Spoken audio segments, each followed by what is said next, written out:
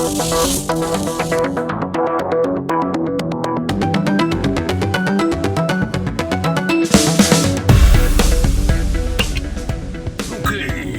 this is Fusebox number 184. Sham-Pain and Crackkkers. And you may want to go easy on the carbs. Yeah, because, they can be bloaty and mess with your gland balances, and before you know it... What are you talking about? I like my...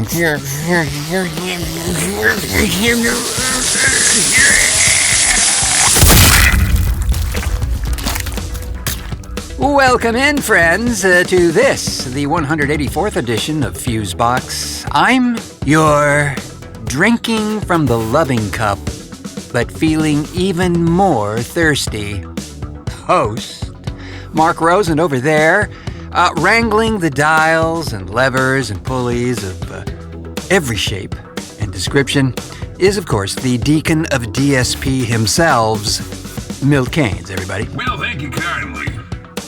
So,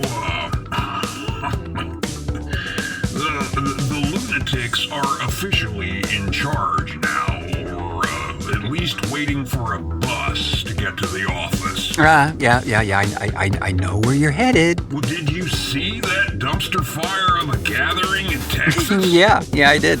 We speak of an event that, by now, I would presume most folks have at least heard a mumble or two about. This concerns the return from the dead of John F. Kennedy Jr., accompanied by the orange guy that we're supposed to announce at 12:30 p.m. Texas time, right there on the infamous and now stinky grassy knoll area. A truly bizarre run for the White House in 2024. Yeah, a dead guy and a sham artist. Well, at least we know what they are. Yeah, there is that, I suppose. Well, this just cracks open a wonderfully deranged supposition from the Quirkazoids at Q. Remember them, right? So, there's a most fascinating family tree of sorts that these folks have come up with that really does defy the laws of time and space and maybe even a little biology on the side. Oh, buddy, I gotta hear this. And so you shall, Mr. Keynes. I think MSNBC's Ali Velshi elaborates most competently. According to the conspiracy theory, Donald Trump is related to the Kennedy family. Here's how. George Patton is the grandson of Abraham Lincoln. Benito Mussolini is George Patton's brother.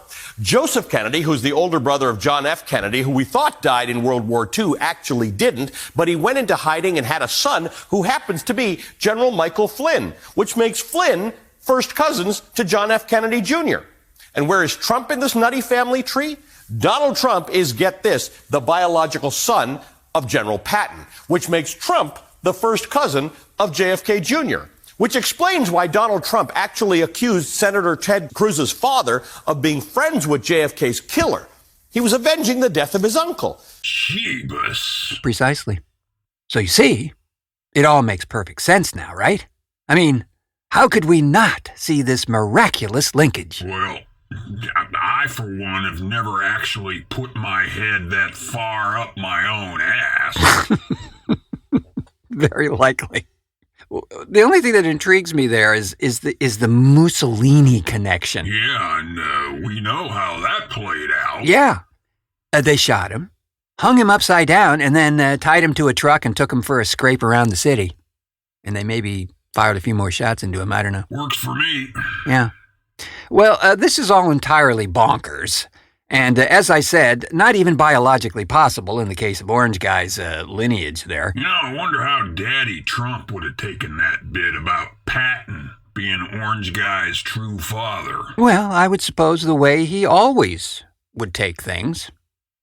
Just punch Donald in the face. Again, works for me. Yeah. So this family tree with Woodworm has more than a few cracks running around in its trunk there. But put all that aside for a moment. We have this rally in Texas awaiting the triumphant return of a dead guy and His Majesty of Orange. And what do you suppose happens at 12:30, right there on the grassy knoll? Let me guess. They both appear and driving in an Edsel. And they got Jimmy Hoffa at the wheel and Elvis riding shotgun. Very, very close, Mr. Keynes. The same people who believe all of this nonsense also believe that this past week, at the same time and place where President John F. Kennedy was killed, his late son, JFK Jr., would reveal himself as alive and well. And he would proclaim that he was re-entering society as Donald Trump's running mate in the 2024 presidential election. Hundreds of people actually showed up in Dallas to witness the second coming of JFK Jr. for the second running of Donald J. Trump. They came fully prepared. They had shirts and signs that read Trump Kennedy 2024. Now, needless to say, neither JFK Jr. nor his father showed up to this party, but the tenacious group of critical thinkers did not give up. Some members of the group came to the logical epiphany that John must be disguised as Keith Richards, the Rolling Stones guitarist. I knew it. Yeah, imagine Keith's delight, huh? Turns out they were playing a concert in town just a couple of days later, I guess, and, well, nothing happened there either, except some great music, one would hope. Can you imagine the backstage hoot that must have caused? Yeah. Obviously, this was a washout. But as this group is quick to do, they just move the goalpost, or in this case, the entire stadium, to fit the next epic fail. Now, in Q's quasi-defense, and I really don't need to be on their defense team, I can tell you that this particular fringe of this larger fringe is just that. The ultra-high test wacko contingent of this already pretty certifiably delirious group. As Ali tells it. According to NBC News reporter Ben Collins, Q addressed their nation of followers and made 3 revelations. 1, JFK Jr. is in fact dead. 2, the earth is not flat. And 3, elections are safe. Yet just 1 month after that, Trump supporters stormed the Capitol, QAnon adherents in the crowd, motivated by the big lie that the election was stolen from Donald Trump. Seems like even Q doesn't control QAnon believers anymore. Man, even the head asshat can't reel in his followers. You know, that's a flashing red light on your brain's dashboard, bro. One would think. The thing with this group is that a couple of things are real obvious. In contrast to their wombat poot family trees and Jewish space lasers starting forest fires, the undeniable fact that they have some very strong support from certain members of the military, like former National Security Advisor and man awaiting extradition to Pluto, Michael Flynn. He's been very, very vocal about the Q thing. Well, the thing is, the GOP is suspiciously quiet on all this Q stuff, and by its damn silence, it's kind of nodding in agreement to it all. No, seriously, there's just no doubt about that perception. The, quote, optics are rather disturbing there. If you say nothing in opposition, then we have to presume, right? You're supporting the cause. To overthrow democracy. Right. Certainly not making it better, unless returning to living in the 13th century seems like a good idea to you. If she drowns, she's not a witch. Yep, those carefree days of torture and pestilence. Yeah. Good times. I still think you should have locked them up. TheFuseboxShow.com. Okay, so out of the box, okay, I want to say that we are not wanting to return to a political commentary soapbox, as we admittedly were morally obligated to do over the last few years, as things just got, well, let's face it, just truly bizarre. But We will dip our toe with the overgrown nail right there, in the water. Yeah. Just to say a few things about a couple of court trials going on. Just can't ignore this. Oh, by the way, hence the crackers in our title of this edition of the show, friends. At least as it applies to the proceeding in Georgia. Now, down there, the trial has begun on the, well, let's just call it what it is. The murder of Ahmaud Arbery as he was jogging through a neighborhood in a Georgia suburb. A predominantly white neighborhood. Yeah, indeed. Well, the case is pretty well known. These three men decided in their driveways that Ahmaud was a threat somehow and then went gunning for him. Or in their words, quote, in an attempt to make a citizen's arrest. It does appear that one of those guys was a former police officer. Yeah, now rent-a-cop. Yeah.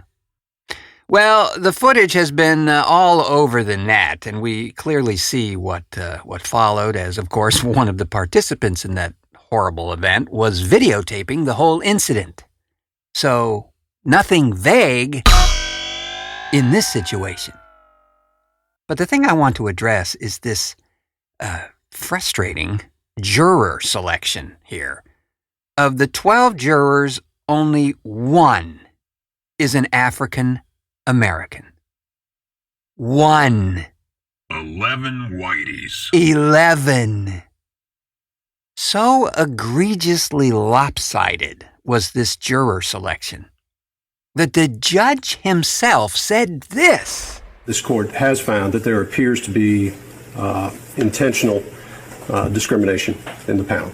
Quite a few African-American jurors were excused through preemptory strikes exercised by the defense. But that doesn't mean that the court has the authority to reseat.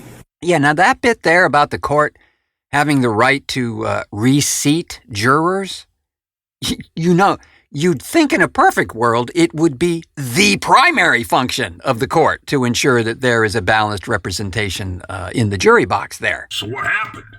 Were they bought by the mantis aliens in suits or what? No, actually, Mr. Keynes, this goes back to a 1986 ruling the Supreme Court made that actually tries to prevent overt racially charged preemptive strikes by either the prosecution or the defense, really.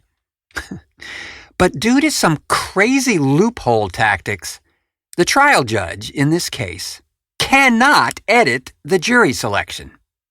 He can, as he did, make it part of the record, but absolutely little else than that. Well, that's just fucked up. Yeah, it's from the same playbook as the Shamsters, like the Orange Guy and Steve Bannon are hoping to use. The run-out-the-clock move. Keep tying up the proceeding until the statute of limitations hit, and they have to dismiss the whole case. So they got one black juror and 11 white folks.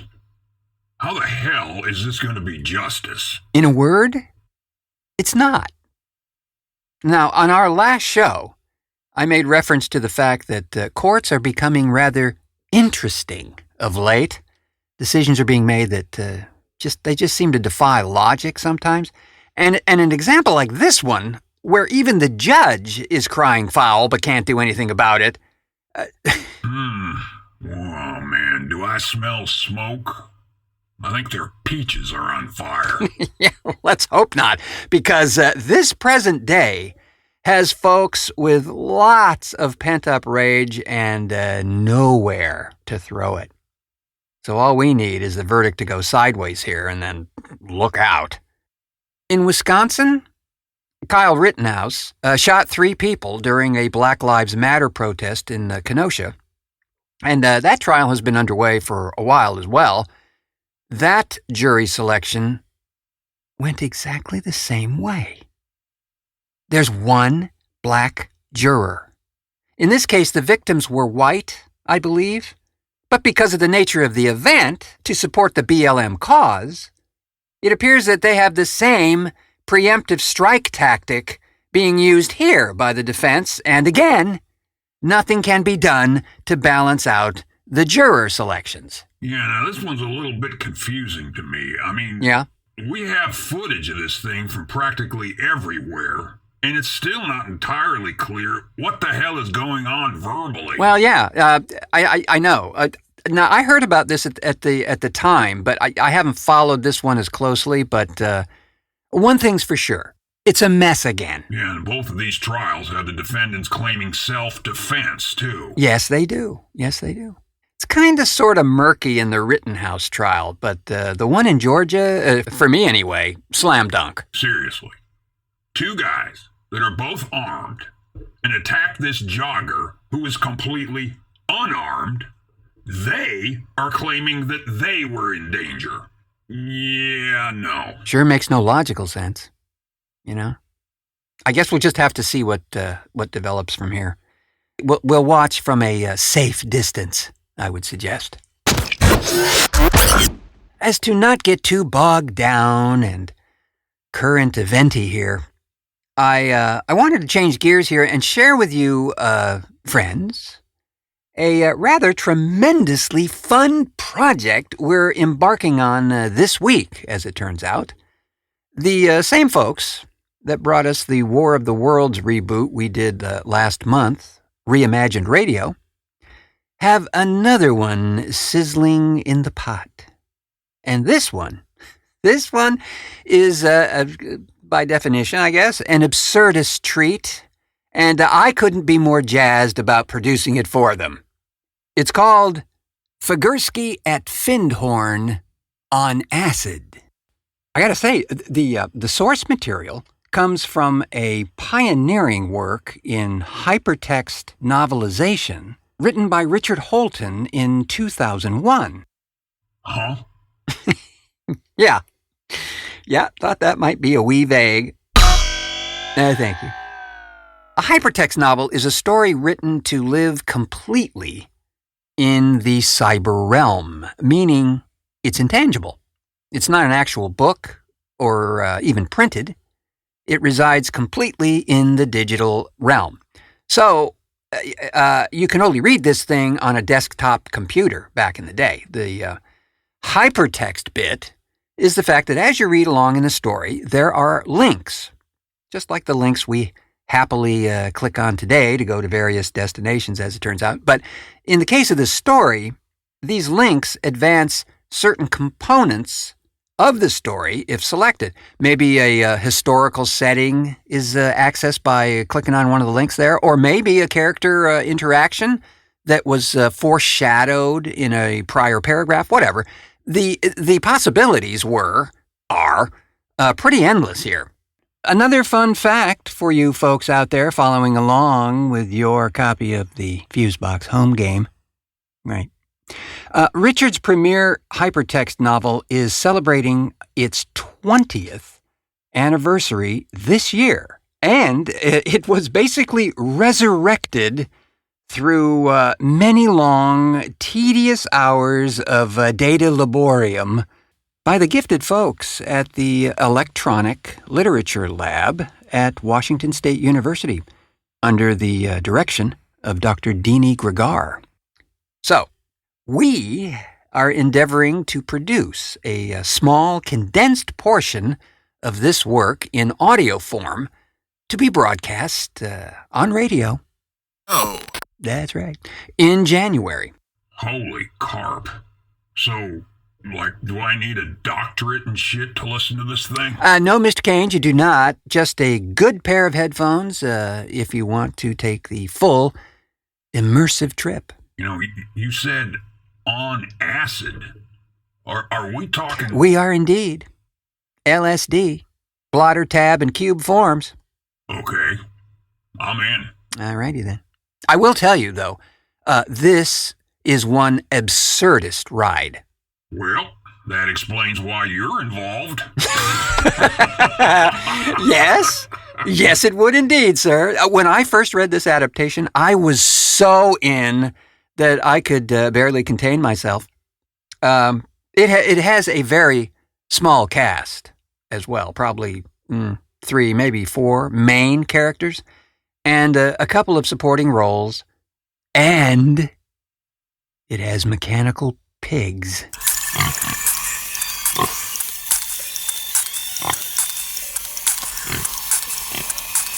Oh, well, now I see why you're so into this thing.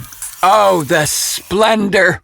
The very rapturous joy of mechanized pigs is truly overwhelming. Well, now, don't bust a spleen there, big guy. It's going to be an oral treat. I promise. Also, and this is a wonderful thing, Richard Holton, the gentleman who wrote this epic, will serve as narrator on this thing. So it's going to have that sort of insider knowledge kind of vibe, you know? Yeah, I know. He's flying in this week to record his parts, yeah? Yeah, indeed. Yeah, we're doing that tomorrow, as it turns out. And that will be a treat. I really like the narrator serving as sort of an anchor point in this thing. It kind of reminds me of the way the narrator works in Douglas Adams' Hitchhiker's Guide to the Galaxy. He steps in from time to time to elaborate or give additional info to what's going on in the story, and can at times add levity if necessary. Yeah. So, more info on this thing as it progresses. I'm going to create a little journal thing that will pop in on subsequent shows that will sort of detail in a abbreviated form what we're doing on it, to give you a feel for how that production process is going on. Because this one, I think, is kind of new. I think we're kind of blazing some new trails with this. So, gonna be fun.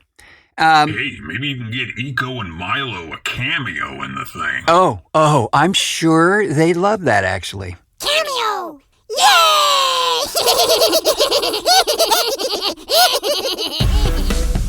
Yeah. They'd probably chew the scenery big time.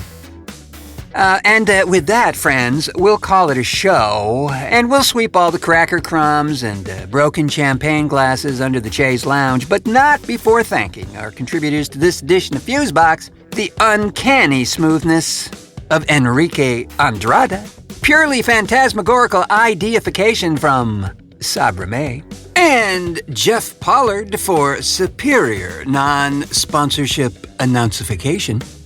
Thanks to Ollie Velshi and MSNBC for appropriate news clippage. And, of course, thanks to that guy who needs no introduction over there. I kid. I'm a kidder. You know that. Yeah, so I've been told.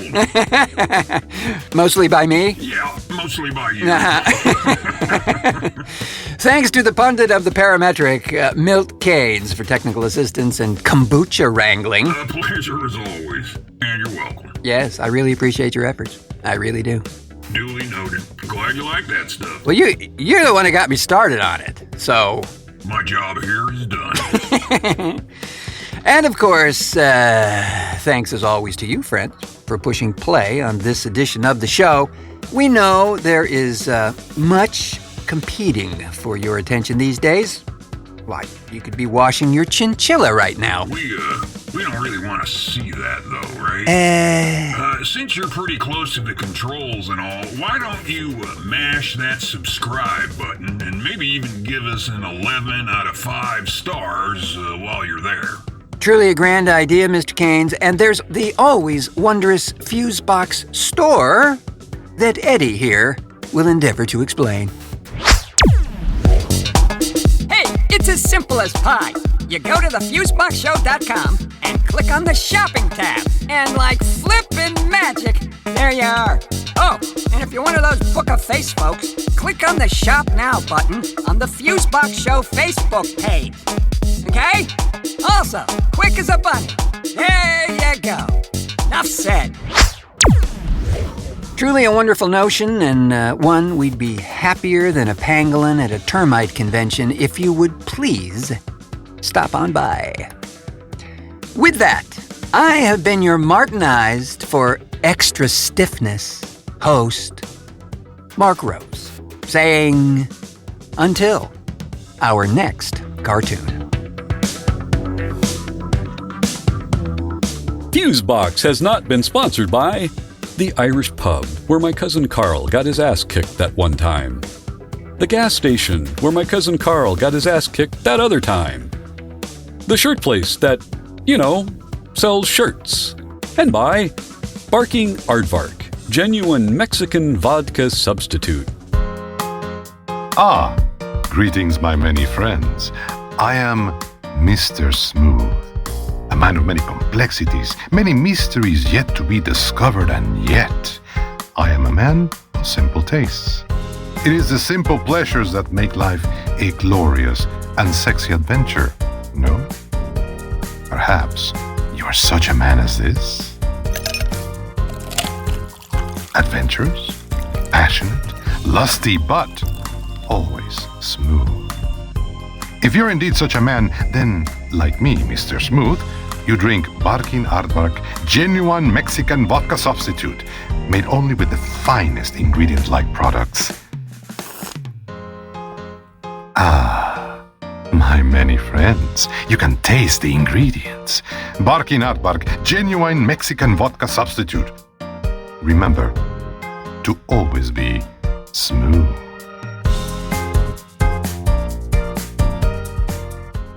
This is Slog Augerbit, thanking you for apparently having nothing better to do than tune into